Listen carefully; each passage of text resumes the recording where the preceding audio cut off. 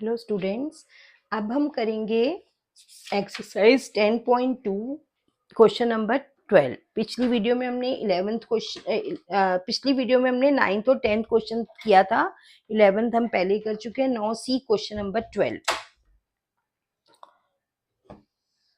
इसमें क्या गिवन है? हमें एक ट्रायंगल गिवन है जो एक सर्कल को सर्कमस्क्राइब कर रहा है। ठीक है, तो सर्कमस्क्राइब कर रहा है और ये ओ सेंटर है और ओडी रेडियस हमको गिवन है 4 and triangle is A B C. OD is the radius 4 centimetre, CD हमें गिवन है 6 सेंटीमीटर और बीडी हमें गिवन है 8 सेंटीमीटर। हमें क्या फाइंड करना है? To find AC and AB। इसमें भी हमें कंस्ट्रक्शंस करनी पड़ेंगी। ज्वाइन करते जाओ, लिखते जाओ OC को, OB को और OA को। पहले तो सेंटर से तीनों वर्टिसेस ज्वाइन कर लिए, OC, OB and OA join. फिर radius OE, OE and OF। अब आप देखो, इस ट्रायंगल में ये CD और ये साइड हमें पूरी मालूम है। अब हमें ये साइड और ये AC और AB फाइंड करनी है। तो पहले हम ये देखते हैं कि जो हमें गिवन है उससे हम क्या कर सकते हैं। जैसे हमें CD और CE, these are the two tangent from the point C, तो this is 6, so this will also be 6 and 6, क्योंकि length of tangent from the point outside the circle are equal. This is 8, तो this will also be 8, BD and BF। ठीक है, अब हमें ये दोनों नहीं मालूम, तो AE को अगर मैं x ले लेती हूँ तो AF भी क्या हो जाएगी? x, because length of tangent from the point outside the circle are equal. तो ये जो मैंने किया यही मैं पहले लिख लूंगी। सॉल्यूशन हम लिखेंगे CE is equal to CD is equal to 6, BD is equal to BF is equal to 8। Late, ये तो हमें मालूम ही था, लेट AE और AF दोनों को हमने क्या मान लिया? x। और यहाँ पे रीजन वही लिखेंगे, length of tangents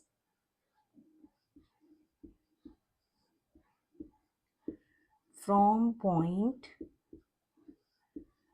outside the circle are equal. ठीक है, अब देखो, अब हमें साइड AC, अब हमें इन तीनों इस ट्रायंगल की तीनों साइड्स पता चल गई। अब ट्रायंगल की साइड्स को हम small a, small b, small c से दिखाते हैं, क्योंकि हमने इसका एरिया निकालना है।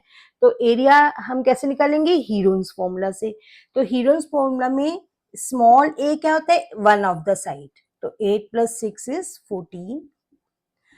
b is other side, x + 8 and c is x + 6।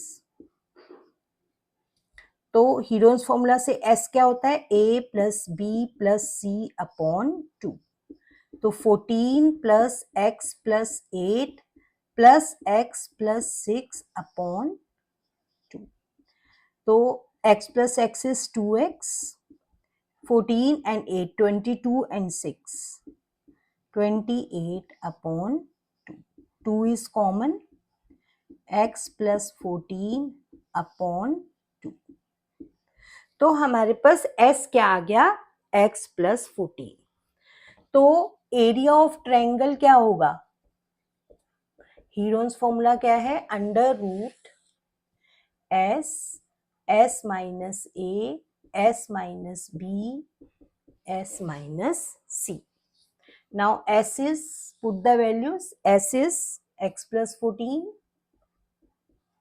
bracket s - a। तो x + 14, a क्या था? 14, तो -14। Again s is x + 14, minus b, b क्या था x प्लस 8, तो जब माइनस x माइनस 8, क्योंकि b माइनस हो रहा है तो इन दोनों के साइन चेंज हो जाएंगे, s minus c, x plus 14 minus c is minus x minus 6। अब इसको सॉल्व करते हैं, x प्लस 14, ये यहाँ पे कैंसिल हो गया, x यहाँ पे कैंसिल हो गया, 14 माइनस 8 इज 6, यहाँ पे x minus x, 14 minus 6 is 8। तो you have got the area of triangle this. ठीक है, अब देखो इस एरिया ऑफ ट्रायंगल, अब यहाँ पे अगर हम देखें तो ये ट्रायंगल का एरिया हम एक तरीके से और भी निकाल सकते हैं कि अगर OBC का एरिया, AOB का एरिया और AOC, ये जो बिग ट्रायंगल है ये 3 ट्रायंगल्स से मिलके बना है, OBC, OBA एंड OAC। इन तीनों का एरिया अलग अलग निकाल कर हम ऐड करेंगे तो भी हमारे पास एरिया ऑफ ट्रायंगल ABC आ जाएगा। आप लिखोगे also area of triangle ABC क्या होगा, area of triangle OBC plus area of triangle AOB plus area of triangle AOC। अब देखो OBC का एरिया, OBC हाफ, जब हमें तीनों साइड्स पता हो तो हम हीरोस्पोन लगा सकते हैं, और अगर हमें ऑल्टीट्यूड मालूम है तो हाफ बेस इनटू हाइट। तो इस ट्रायंगल का बेस क्या है, 8 प्लस 6 14, और इसकी हाइट कितनी है 4 प्लस, अब रेडियस तो अगर हमें 4 ये मालूम है तो ये भी 4 होगा और ये भी 4, सारी रेडियस ही 4 होंगी। ठीक है, अब इस ट्रायंगल पे आ जाओ, AOB का एरिया हाफ, इसका बेस क्या है x plus 8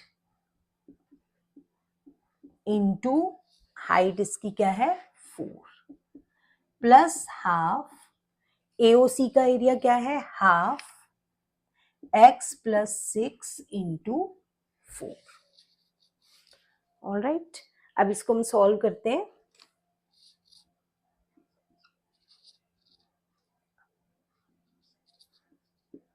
twenty 8 plus 2x plus 2 8 जा 16, 2 2 जा 4, 2x प्लस 12, तो 2x plus 2x 4x, 16 plus 12 28 plus 28 56, 4 is common,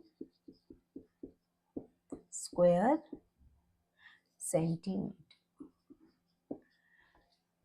ठीक है, अब देखो ये भी एरिया ऑफ ट्रायंगल है और ये भी एरिया ऑफ ट्रायंगल है, तो दोनों एरियाज को हम क्या कर देंगे इक्वेट, फ्रॉम, इसको ले लो 1, इसको ले लो 2, फ्रॉम 1 एंड 2 यहाँ पे क्या है under root x plus 14 x into 8 6 48 is equal to 4x plus 14। ठीक है, अब देखो यहाँ स्क्वायर रूट है यहाँ नहीं है, तो हम स्क्वायर रूट आने के लिए क्या करेंगे, squaring both sides, squaring both sides. जब स्क्वेयरिंग करेंगे तो यहाँ से रूट कट जाएगा, हमारे पास रह जाएगा x प्लस 14 x इंटू 48, और यहाँ पे 4 का square 16 x plus 14 x plus 14, 4 का स्क्वायर 16 और x प्लस 14 का स्क्वायर करेंगे तो x प्लस 14 दो बार आ जाएगा। अब देखो x प्लस 14 से ये x प्लस 14 कैंसिल हो गया, यहाँ पे रह गया हमारे पास 48x, यहाँ पे 16 x प्लस 14। अब अगर मैं यहाँ पे 14 को इसके नीचे ले आऊं, 16 को सॉरी, तो हो जाएगा 16 3 जा 48 x प्लस 14, x को यहाँ ले आओ 2x is equal to 14, x हो जाएगा 14/2 7, x की वैल्यू कितनी आ गई 7। अब x अगर 7 आ गया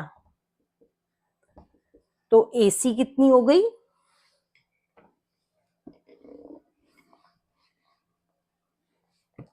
AC हो गई 7 + 6 13 और AB हो गई 8 + 7।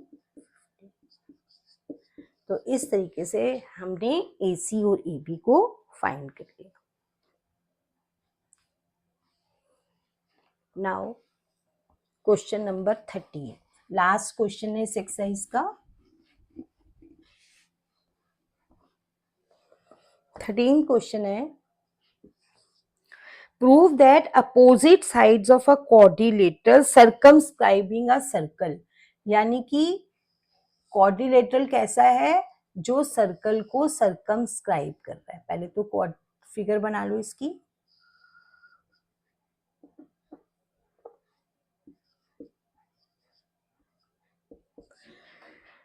क्या प्रूव करना है, subtends prove that opposite side of a quadrilateral, इसकी अपोजिट साइड कौन सी है, ये दोनों।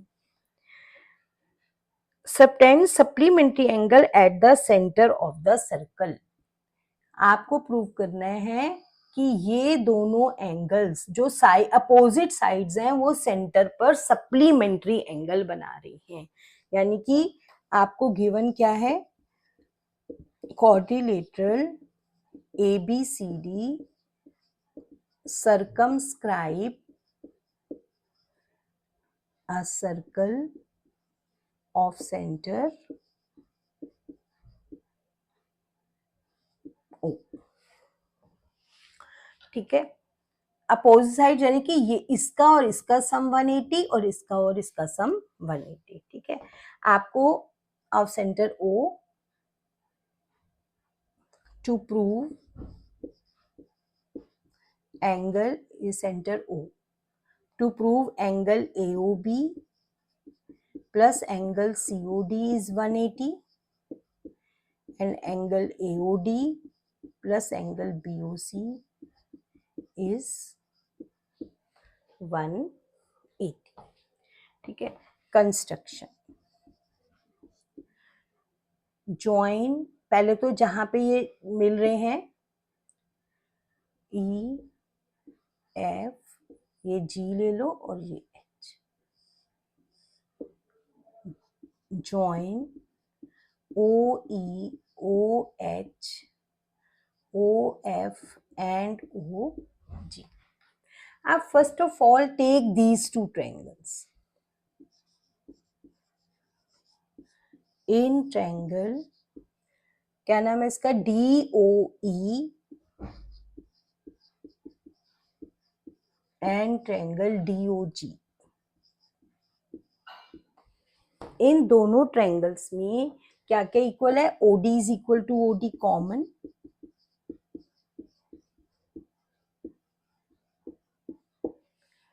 फिर DE is equal to DG, tangents है, DE is equal to DG, tangents from point outside the circle. और तीसरी चीज क्या इक्वल है इसमें, radii of the same circle, OG is equal to OE, radii of same circle. So by SSS, triangle DOE is congruent to triangle DOG। ये दोनों triangles क्या हो गए, कॉन्ग्रेंट। अब ट्रायंगल्स कॉन्ग्रेंट हो गए तो ये एंगल 1 और 2 क्या हो गए, इक्वल, CPCD। अब इन दोनों ट्रायंगल को ले तो एंगल इसको ले लो 3, इसको ले लो 4, तो 3 और 4 similarly angle 3 is equal to angle 4, इधर वालों को ले लो 5 6, इधर वालों को ले लो 7 8, 5 और 6 इक्वल और 7 और 8। ठीक है, एक को बस प्रूव करने की जरूरत है, बाकियों को लिख दोगे आप सिमिलरली। अब देखो 1 2 3 4 5 6 7 8 ये क्या बना रहे हैं, एक कंप्लीट एंगल बना रहे हैं, और कंप्लीट एंगल का सम कितना होता है 360। तो 1 plus 2 plus 3 plus 4 plus 5 plus 6 plus 7 plus angle 8 is equal to 360। अब इधर देखो जो हमें चाहिए AOB, AOB, अब हमें 2 और 3 चाहिए। ठीक है, तो 1 की जगह हम क्या लिख लेंगे 2, 2 को ये रहने दो, 3 की जगह 3 और 4 की जगह भी क्या लिख सकते हैं 3। तो ये 2 3 कवर हो गया। अब हमें नीचे इसके कौन सा चाहिए 6 और 7, तो 5 को लिख लो 6 और 6 को 6 ही, क्योंकि 5 और 6 इक्वल है। फिर हमें कौन सा चाहिए 6 के साथ 7 चाहिए, तो 7 और 8 इक्वल है, तो 8 की जगह भी हमने 7 लिख लिया। अब एंगल 2 दो, सब एंगल दो दो बार हो गए, तो 2 कॉमन ले लो, अंदर क्या बचेगा 2 प्लस 3 प्लस 6 प्लस 7। अब 2 प्लस 3 इज व्हाट COD,